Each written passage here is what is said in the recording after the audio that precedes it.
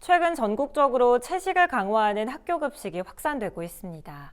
육류 대신 채식 위주의 급식으로 탄소 배출을 줄이겠다는 건데요.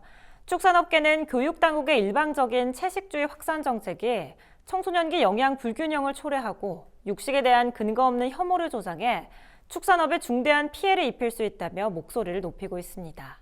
남수지 기자입니다.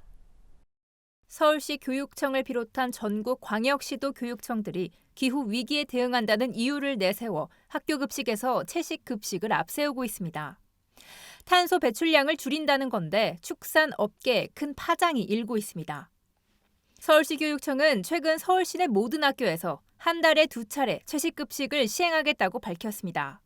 인천시 교육청도 올해부터 모든 초중고등학교에서 월 2회 채식 식단을 제공하고 있고 울산시 교육청은 이미 지난해부터 월 1회 채식의 날을 시행 중입니다.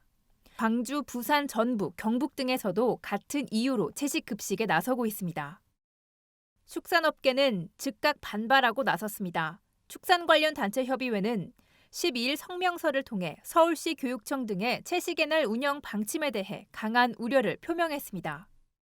축단협은 기후위기 대응 및 탄소 배출 저감을 위한 노력과 성찰에는 공감하지만 교육당국의 일방적인 채식주의 확산 정책이 청소년기 영양 불균형과 급식의 질 저하, 육식에 대한 근거 없는 혐오를 조장해 국내 축산업에 피해를 입힐 것이라고 지적했습니다.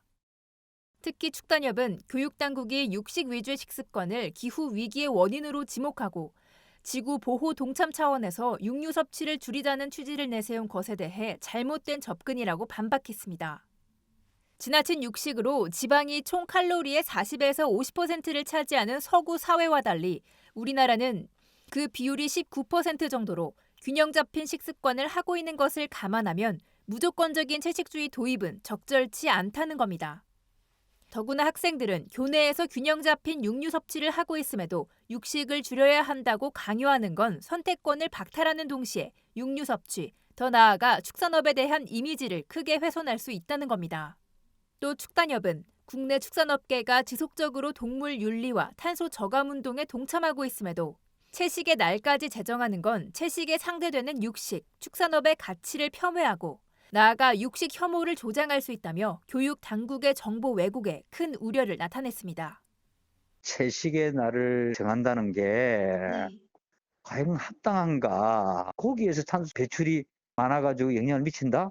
그건 아니라고 보거든. 채식은 되고 고기는 안 된다는 보장도 없는 거고 학생들이 학교 급식의 자율 선택권도 보장이 돼야 되는 것이고 축단협은 교육당국이 학교 급식에서 채식 식단을 강화할 경우 청소년기 영양 불균형과 급식의 질 저하를 유발할 수 있다는 점도 짚었습니다.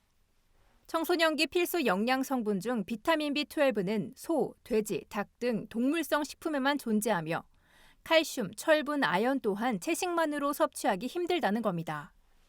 전문가들도 식물성 단백질로 섭취하는 단백질은 한계가 있다고 설명합니다. 식물성 단백질만으로는 효율성은 떨어지거든요. 체내 흡수율이 다르기 때문에 일방적인 채식급식 확산 정책이 축산업계의 피해로 이어지지 않도록 심도 있는 논의가 필요한 시점입니다.